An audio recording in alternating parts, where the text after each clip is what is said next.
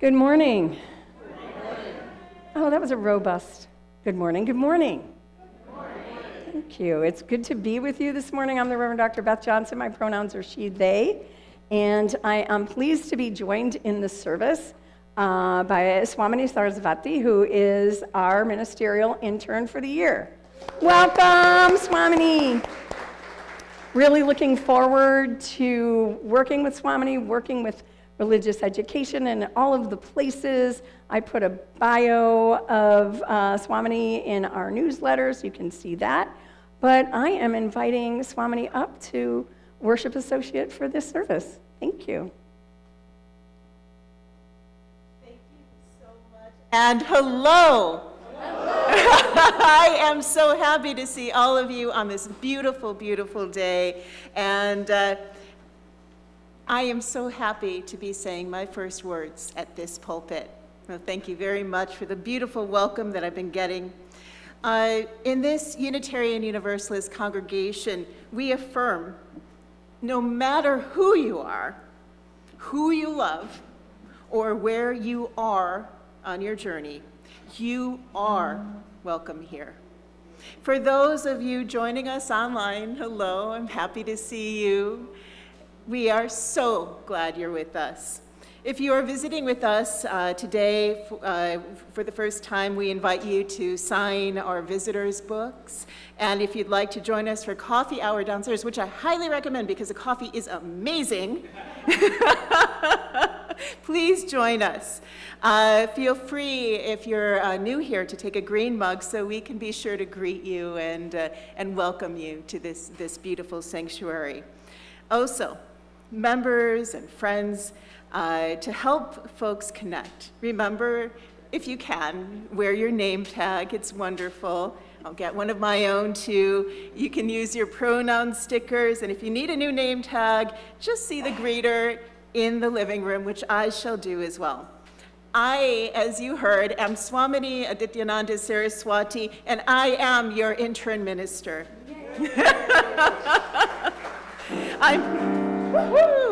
This is going to be fun. I'm so pleased to share the special service with you today that is about to take place. Our music today will be provided by our amazing music director, Jamie Passman, and the celebration singers, directed by the fantastic Julia Beckman.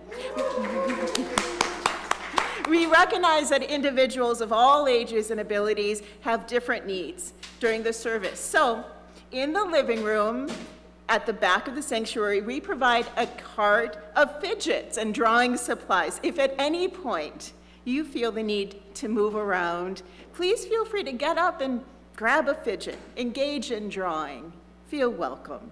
May you each know that you are welcome in this house of peace, And may our worship and fellowship this morning touch your heart, mind, and spirit. May it be so. One thing that I did not include in the script is that we're having an activity fair this morning. So after the service, when you go down to get your coffee, and if you're a visitor, yeah, you can take that green mug, come and visit the tables, and you'll be able to see the various activities that go on at the church. We'll begin, I'm just going to invite you to take a breath with me today.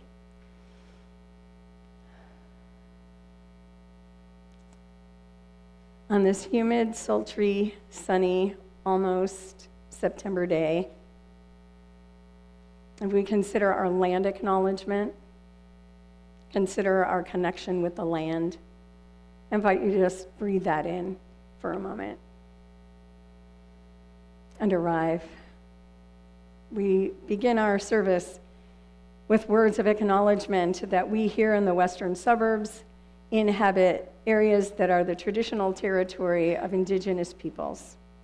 As a people trying to live into a more just world, we have a responsibility to acknowledge the history and legacy of colonialism, the harm done to Native people, and also to work to repair that harm. May it be so. We are gathering our spirits, beloved, gathering together today, arriving from the various parts of our day, the various parts of our lives. And I invite you to rise in body or spirit, and let's sing Gather the Spirit.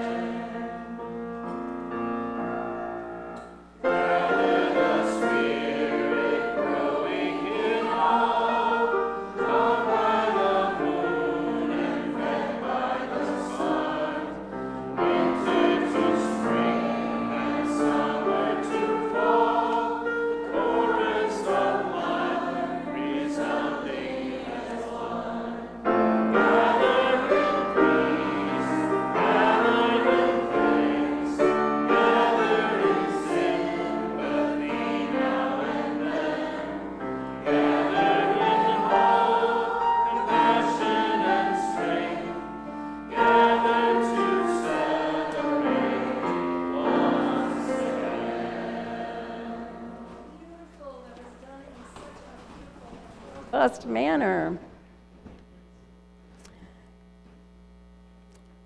As we invite ourselves into worship, we recognize in days past and even now, when the light is lessened and the dark deepened, our ancestors and those in our midst gather together around bonfires or candles or cauldrons lit to celebrate the second harvest, to give thanks for their bounty and the release of light This is a time of perfect balance between night and day, light and dark. We gather today heirs of a desire for wisdom, for depth, for meaning. We gather as the spiraling year moves toward the lessening light, and we journey towards transformation in the service of love. Come, let us worship. Today's chalice lighting is by Paul Stefan Dodenhoff, the symbol of our shared faith. Joy and grief, health and sickness, light and darkness, peace and anger, life and death, wholesomeness and brokenness.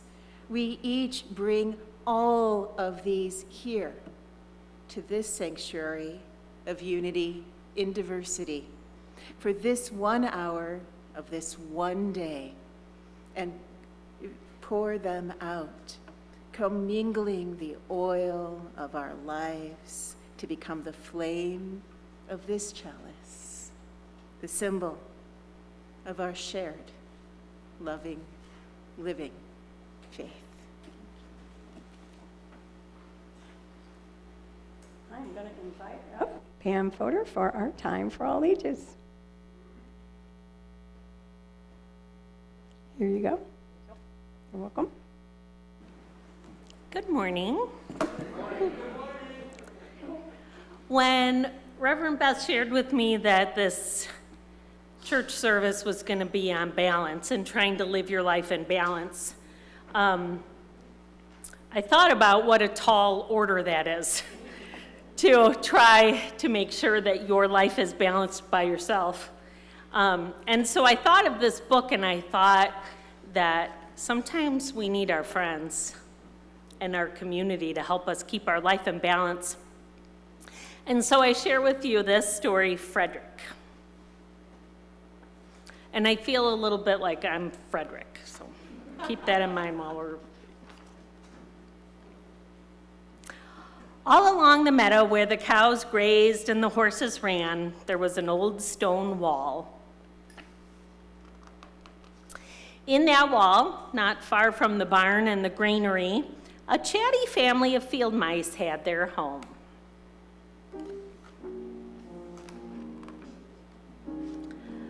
But the farmer had moved away, the barn was abandoned, and the granary stood empty. And since winter was not far off, the little mice began to gather corn and nuts and wheat and straw. They worked all day and night, except Frederick. Frederick, why don't you work? They asked. I do work, said Frederick. I gather sun rays for the cold, dark winter days.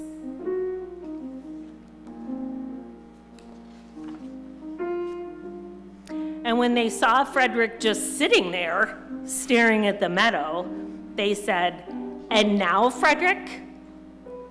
I'm gathering colors, continued Frederick simply, for winter is gray.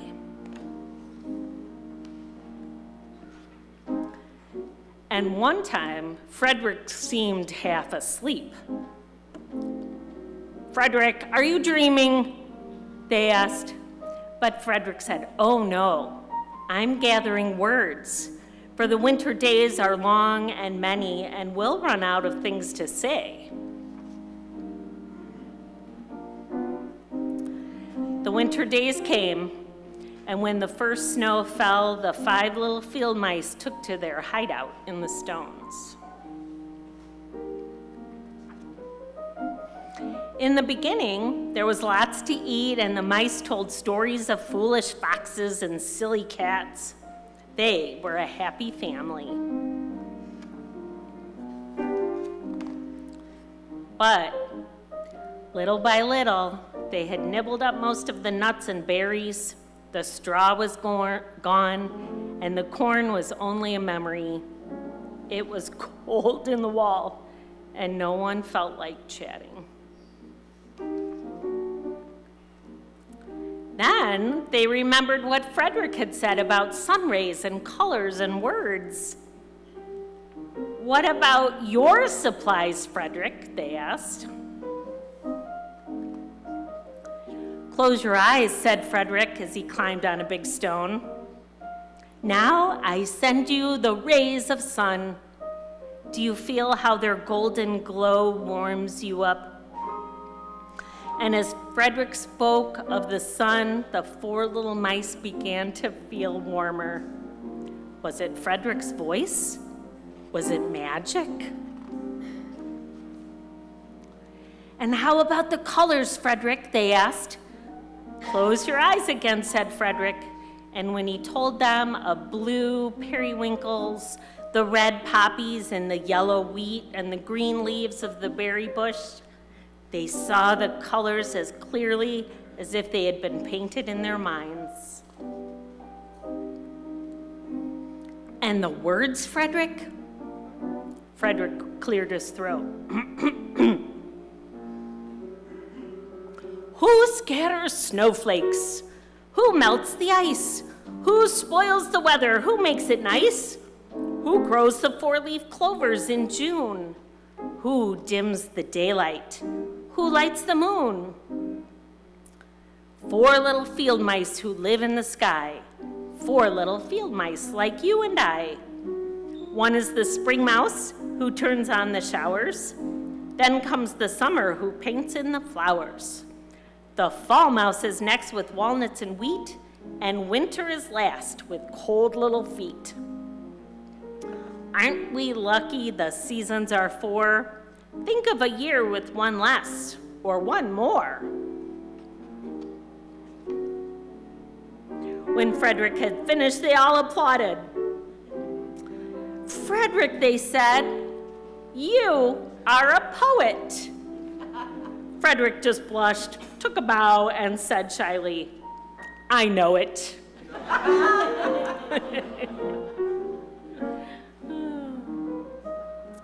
We are going to stay to hear the choir for this one song, and then when the song's over, we're just going to go out quietly, so you don't need to sing us out today. Oh, okay.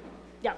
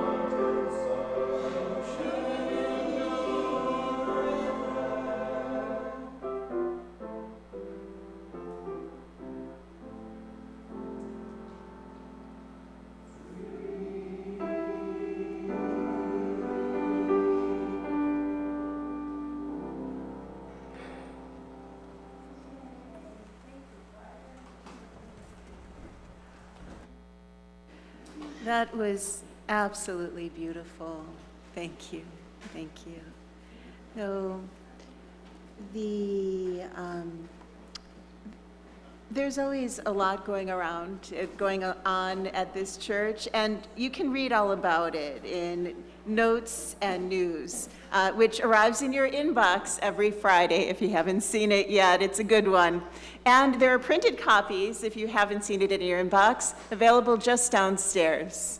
So if you'd like to receive News and Notes, stop by the welcome table in the living room at the back of the church, and we'd be glad to sign you up.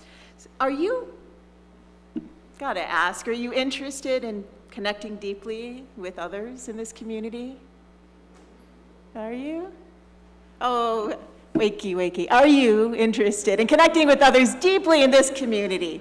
Yes! Love hearing that. If so, we invite you to join Reverend Beth and Matt Brown for an introduction to our Covenant Group program next Sunday after the service across the way in our RE building. It is a beautiful way to share hearts, to make friendships that last beyond church day. We know that our financial contributions to this congregation come from sacrifice and hard work. We are so grateful for this. We commit together to ensure the funds we gather collectively to do a greater good will do greater good for ourselves and for our world. Let there be an offering to sustain and grow the life and mission of this congregation. May we give in love and in hope. Please join us in our offertory words. This church is made of all of us. It is what we learn together, the work we do together, the fun we have together. It is what we share with one another, with people around us, and with the world. We now gratefully receive your contribution. Thank you in advance for your generosity.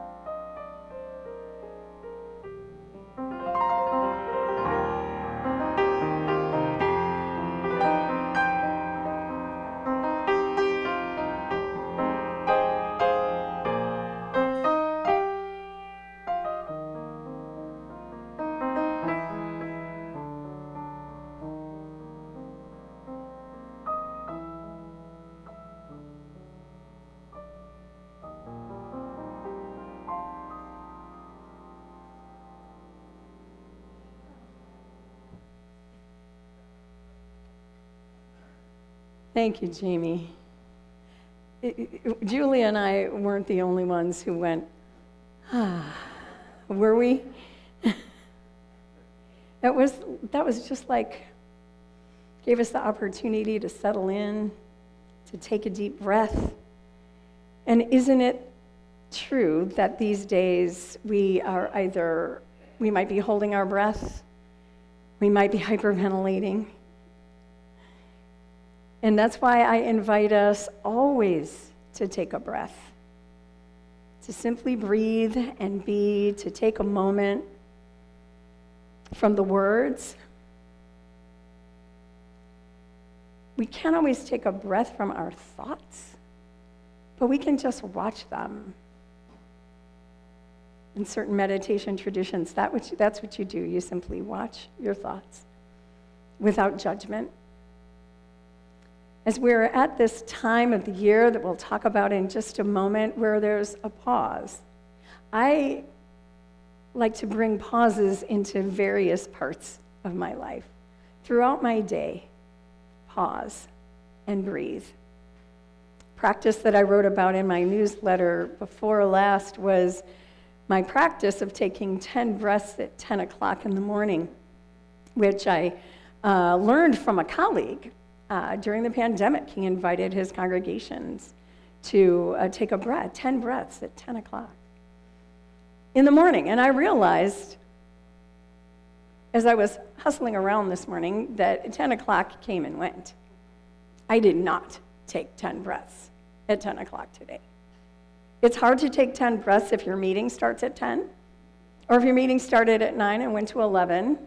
But you can get away with that a little bit more, unless it's in person, and then you just have to kind of end your mid-sentence.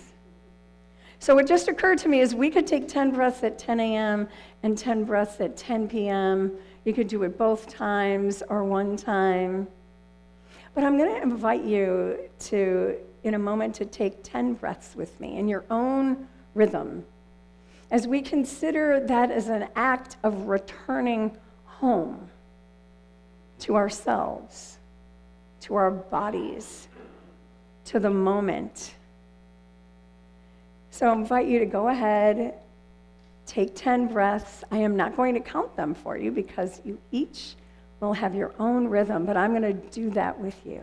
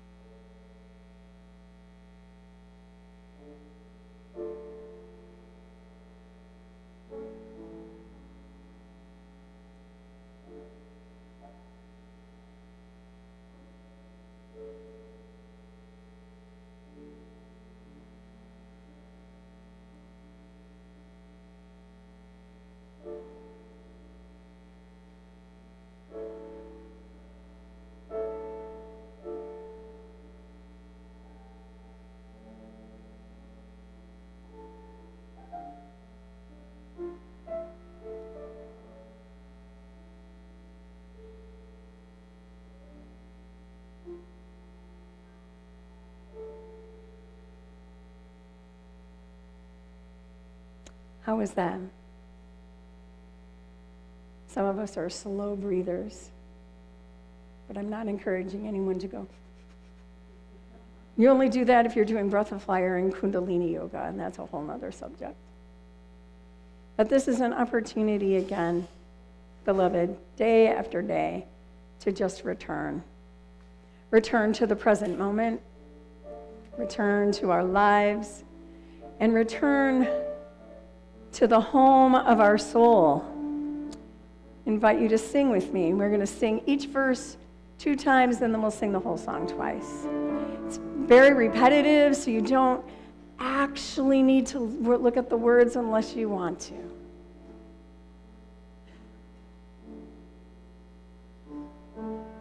Return again.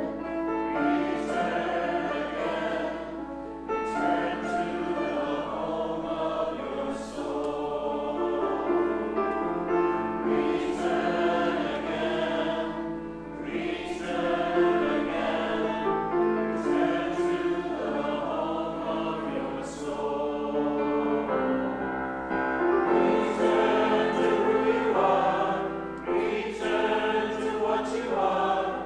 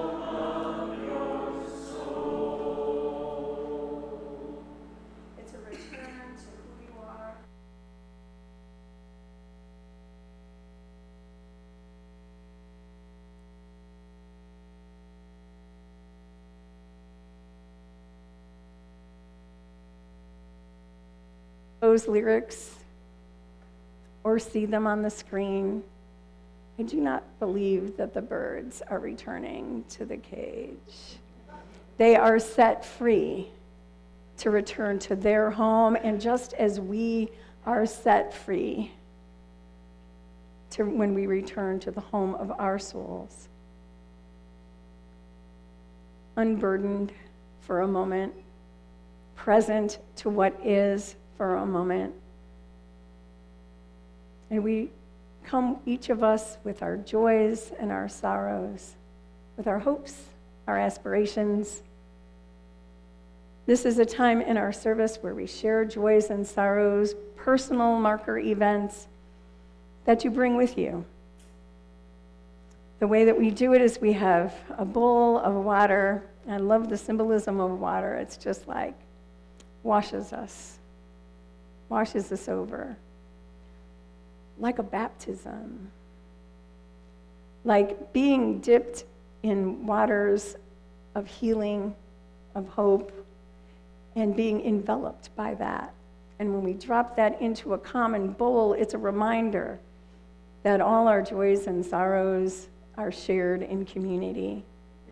If you have a joy or sorrow and would like to come forward, I invite you to do that.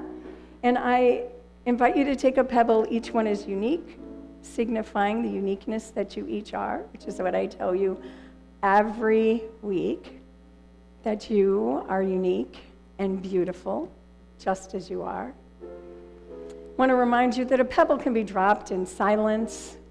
I invite you to come forward and share with us in a word or two.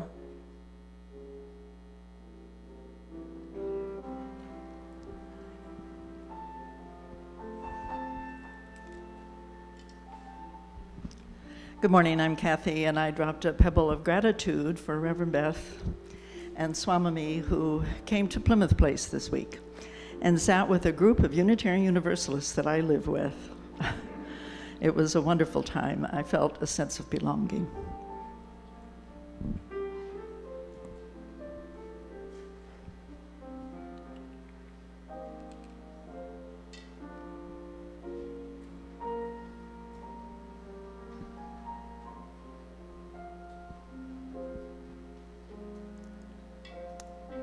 For those joys and sorrows, those spoken and unspoken, will you hold with me a moment of silent reflection? And a breath.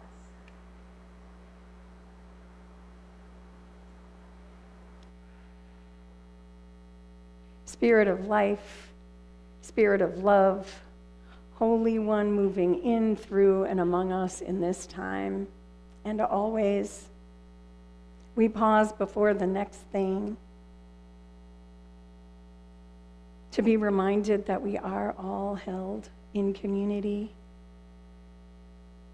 We remember the sorrows of the world, so many to name.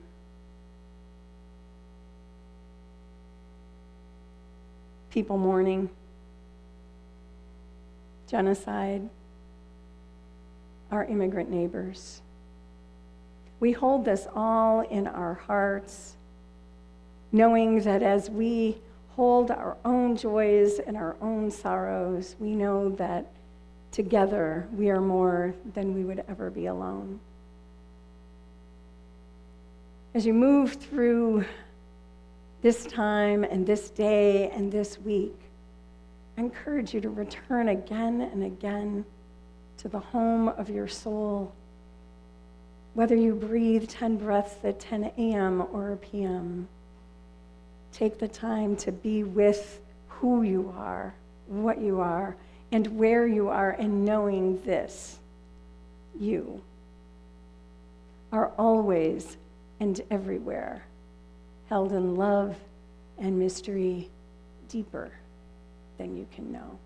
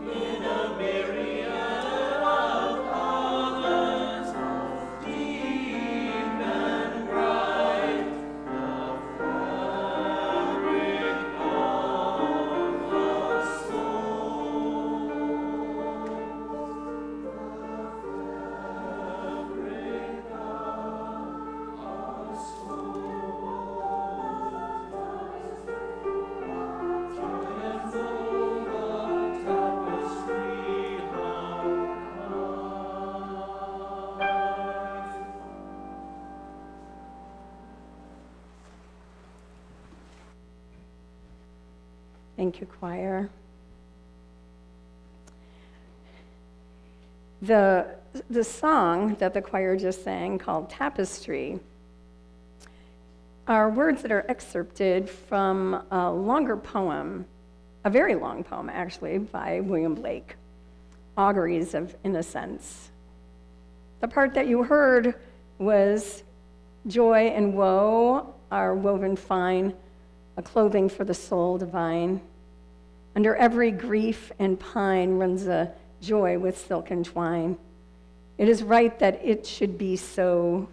We were made for joy and woe. And when this we rightly know, through the world we safely go. It's about weaving the tapestry of our lives. And I'm grateful to Suzanne Williams, who provided a beautiful tapestry that she created that is actually called the Fire of Commitment. So the next time we sing Fire of Commitment, Suzanne, I want the tapestry here. It's gorgeous. And isn't it true that we do weave our lives together with joy and with sorrow, and of course, other things? And that's what we know is happening for us in our lives and in our world as we consider at this fragile time life that's in the balance. Tomorrow is the autumnal equinox. Your calendar says that it's the first day of autumn, but according to the Celtic Wheel of the Year, which I've followed for many decades now, we understand it as the midpoint of the autumn season. The solstices and the equinoxes being the midpoints of the season. Because didn't you notice, even a month ago, how the light was changing? It's okay. How the light was changing. Could you feel it? When I moved out to Southern California many, many years ago, people were like, well, you don't have seasons. And it took me a little while to be able to discern the seasons. And I was able to discern the seasons through the light. And it really enhanced my practice because it's really seasonally based. So tomorrow at 2:59, I believe, will be the autumnal equinox. This autumn quarter is the time of the first harvest. It's the time of letting go. It's a time of balance. It's a time of thanksgiving for the bounty that we've been given. It's a time to celebrate with dear ones, enjoying the company of friends and family. As we harvest, we also need to let go. And that's been the lesson for me of traveling the Wheel of the Year for so many decades. And it doesn't happen just through the year, of course. It happens through the month with the cycles of the moon. It happens through the day, from dawn to noon to evening to midnight. And it happens in the breath, the in-breath and the out-breath. It gives us the opportunity to explore and say, what is it that I'm bringing into my life? And what is it that I need to let go? It's a time of creativity and balance. And our Jewish siblings who also follow an agrarian calendar, Rosh Hashanah starts tomorrow, the beginning of the 10 days of awe, ending in Yom Kippur. Rosh Hashanah is a time to reflect on the previous year, a time for taking stock, which culminates then in the time of atonement. We humans, we mark time. We do it with our clocks. How long is this service going to go? We mark it with the alarm clock. Are you kidding? It's 6:30 already? But our ancestors and our indigenous friends and some of us mark our time not only by the clock, but I think beyond the clock. We mark time. because the equinox is this time of perfect balance between night and day that occurs twice a year. Actually, that moment is called the equilux, and it doesn't happen on your calendar autumnal equinox.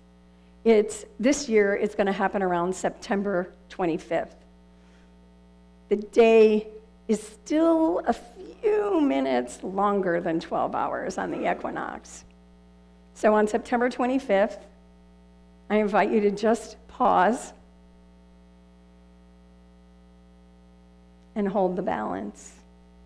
Besides nerding out on this, I look to the lessons that we gain from considering balance in our lives, in our relationships, and in our world.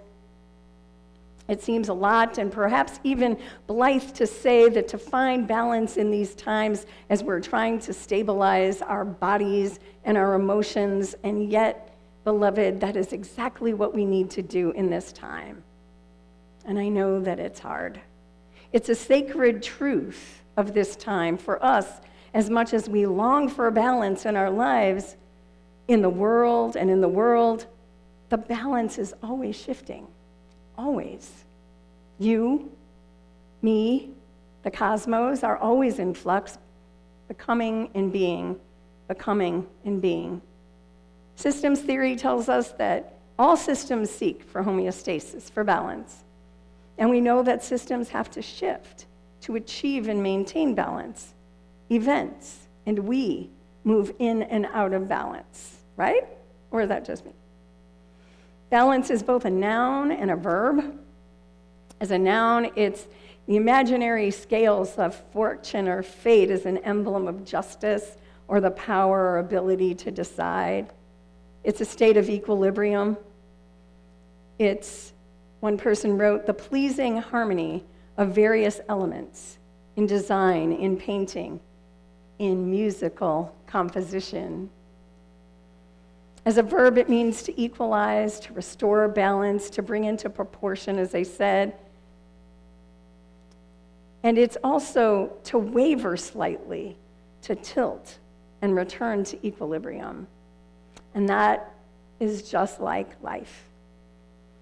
At times in our lives of disruption, we say, I lost my balance. We seek to right ourselves by shifting, adjusting, changing something, or juggling our life commitments and responsibilities. How often do we hear people say, it's a balancing act? We take time from one area and put it to another, seeking for balance, yet knowing something always comes around to shift the balance. It seems then that this is something that we work to maintain rather than something we achieve once and for all. In fact, one of the definitions of balance has to do with dance. It said that balance was to move toward and back from a partner. To move toward and back from a partner. I never heard of that definition of balance, and so this is a while ago, I started calling around dance schools to talk to instructors, and people were surprisingly willing to talk to an absolute complete stranger about dance. I spoke to a dancer, a woman who does yoga, about balance. They each talked about the importance of balance to the dance and to the flow of yoga. Even the most practiced yoga masters have to work to keep that balance, right? All agreed that balance comes with focus and with discipline. There's a flux and stillness, movement and stillness. One dance instructor, Dee, was extremely helpful. She was extremely talkative, gracious, willing to explore with me. She talked about CPB, the center point of balance. Do we have dancers here? If you're a dancer, raise your hand. Okay, raise your hand high if you're a dancer. Yes, okay, thank you. Got dancers in the back. Just, we got some people who are you shy about your dancing? No? Okay. Have you ever danced? Okay. Have you ever partner danced? Okay. You know what it's like? You know, sometimes I want to lead. I'm not a good partner dancer in that way. Each person has to find and maintain that point. Dee talked about each person coming from their own center point and each moving to the dance from that place, each person finding their center point of balance. And she taught social dancing, right? Partner dancing. And the flow is achieved by one partner gently exerting slight pressure to move or guide the other. And if there's no guiding, then the partner doesn't move. If the pressure is too great, what happens? I'll fall over. She made then this beautifully philosophical comment that when we're in harmony with the universe and with ourselves, we can incorporate our own inner harmony with the world. Thank you, Dee, wherever you are. And I was struck that this person would have a conversation with me that I called randomly, and she persisted in calling me back. But the point of it is, I think it's true as we move through our lives, is we hope to be in the flow with balance, but sometimes there's just too much pressure and we lose it. It applies to our lives. It applies to this world.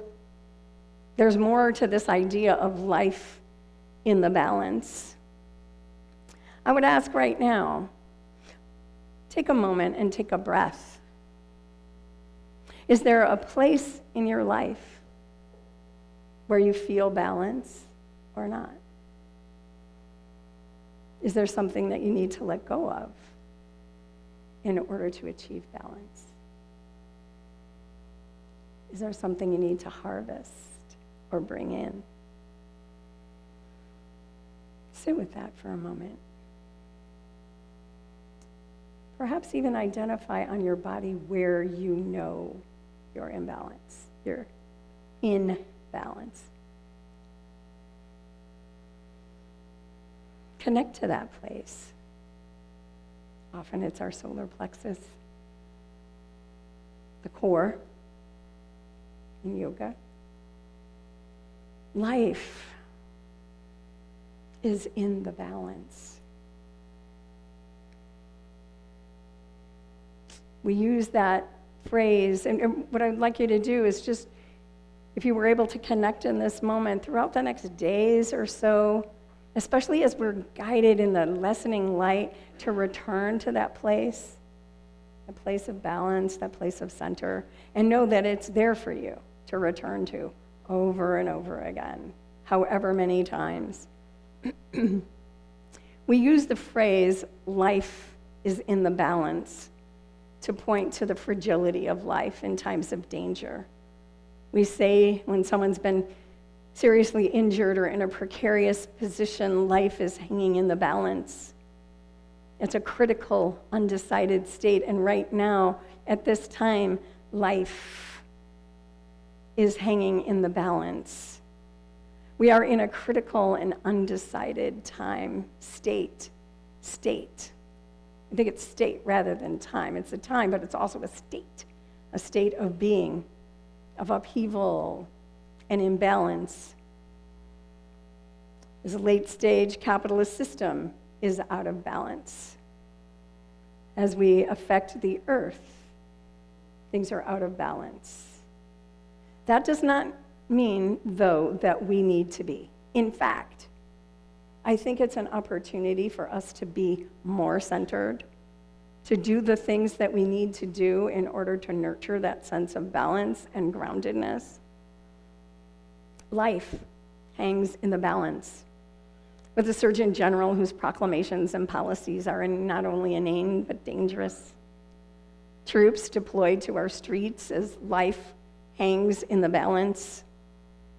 Life is in the balance right now for our beloved neighbors who are being disappeared, for protesters holding ground at the ICE facility and being tear gassed, for those experiencing genocide in Sudan, Congo, and of course, as Gaza City is now being decimated as the world watches and our government supplies the weapons.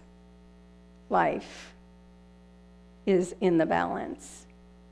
For our trans siblings who are now being targeted in frightening and dangerous ways as Project 2025's intentions are being carried out. In the wake of the killing of Charlie Kirk, let me say this, that no one should be murdered. It is a horrible thing. But the fascist right is now using this to enact their attacks on our trans siblings and an exertion of white nationalism and supremacy. Life, beloved, is in the balance.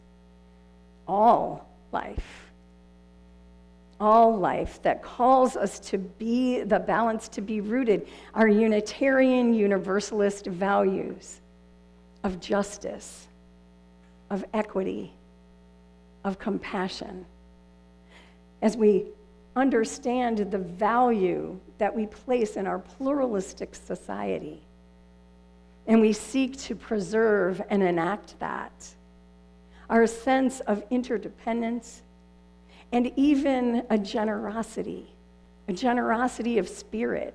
I see the generosity of spirit all around me in the work that I do for justice in the wider community.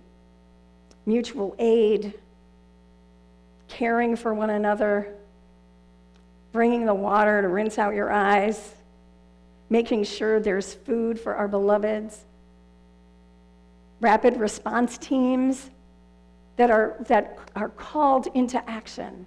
People that, those folks in, I can't remember where it was, but there were roofers working on the roof, and the neighbors, where was it? Naperville. No, I'm talking about where the neighbors surrounded. There's two sets of roofers. The roofers in Naperville were not as protected, but neighbors surrounded the house, and ICE was thwarted. Life is in the balance. What we do with our lives are in the balance. We work to defend life. We work to protect life. We work to live our lives in ways that those who are most threatened and in peril know that they are not alone. Sometimes those of us with privilege need to put our bodies on the line, as it is with love at the center, the core of our faith's values. Life is in the balance. And in this season, as people of faith, we look to how we can tip the balance towards safety and protection, some of the ways that I just mentioned. I'm thinking about the powerful vigil that I attended Friday evening at the Methodist Church in Franklin Park, where Silverio Villegas Gonzalez was killed by ICE. We sang.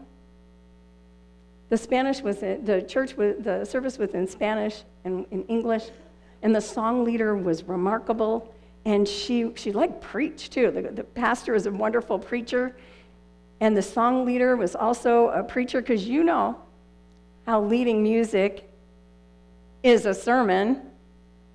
And she said, why do we sing at this time? We sing as an act of community. We sing as an act of resistance. We prayed. We were reminded that life is in the balance for our siblings. We processed silently down the street with candles to the place where Silverio was killed, and the community asked those of us with privilege to stand with them, to fight for them, because life is in the balance.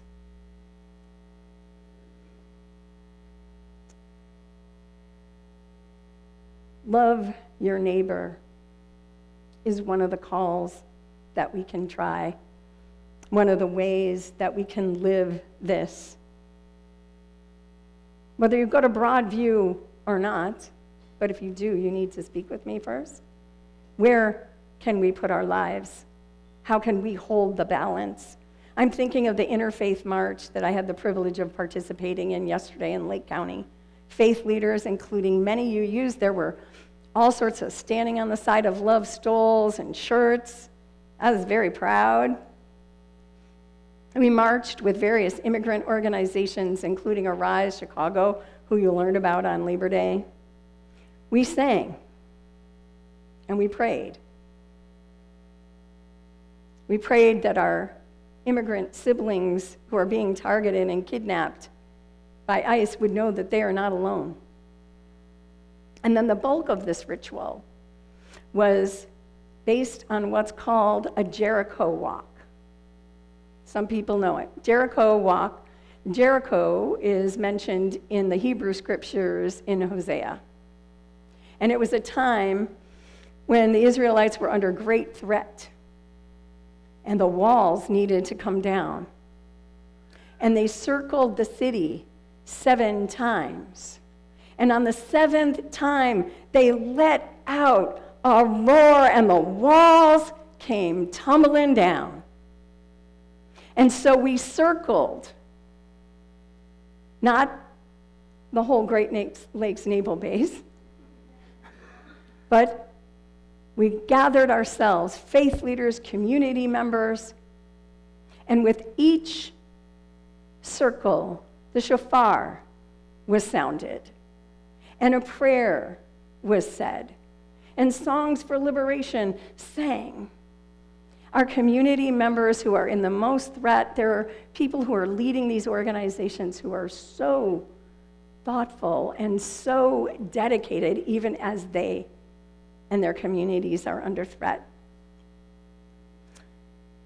Pain was named, and resolve was strengthened.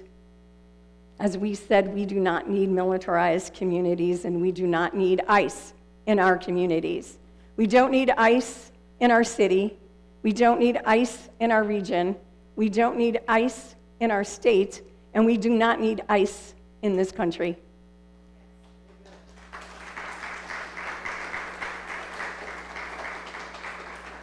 And so we say, love is greater than fear.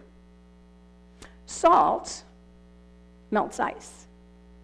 There are places where we're called to be what? The salt of the earth. So let us be salt. Let us be water that dissolves that ice. The song that I've chosen for us to sing early in this week, before the marches and the protests. But as I was thinking about life and the balance, earlier we gathered the Spirit and we strengthened our spirit. And we talked about how we find balance in our lives, and now how do we enact that in the world? How do we live that and bring that balance into the world? The song that we're about to sing is based on the words in the Hebrew scripture of the prophets, Isaiah and Amos. It's number 121 in your hymnal, but you are going to notice that there are word changes. Instead of "we'll build a land," the words are "we'll build a world." This was asked for us by our indigenous siblings who felt the colonizing effect of "we'll build a land," whose land, so we'll build a world. Brothers and sisters has been changed to siblings because we know we're going to be inclusive as we consider this. So I'm going to invite you to understand that these are the words of the prophets. The prophets don't just tell the future, they point to the future. They point to what can be, and they risk. Prophets don't always get met with the best fate. Is that right? We'll sing the words of these the prophets, beloveds. So I invite you to rise in body or spirit.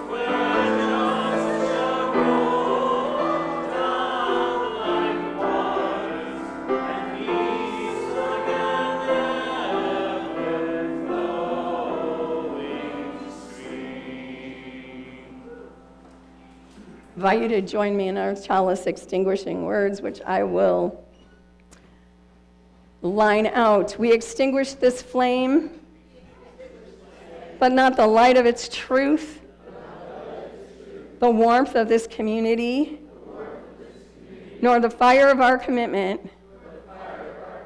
These we carry in our hearts, and we share with all the world. Beloved, as you go from this place, go with those words and that flame in your heart, carrying it forth into the world that we seek to build.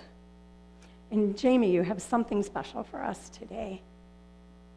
I'd like to play for you the song Shenandoah. The reason I picked it is a few. Rivers tend to be perfect metaphors for idealism, freedom, and democracy. And I think we're in trouble right now. So I'd like to play for that reason. I'd like to play it because my hero, Keith Jarrett, is now paralyzed and his right hand can't play anymore. So I'd like to play it as best as I can to honor him. But mostly, and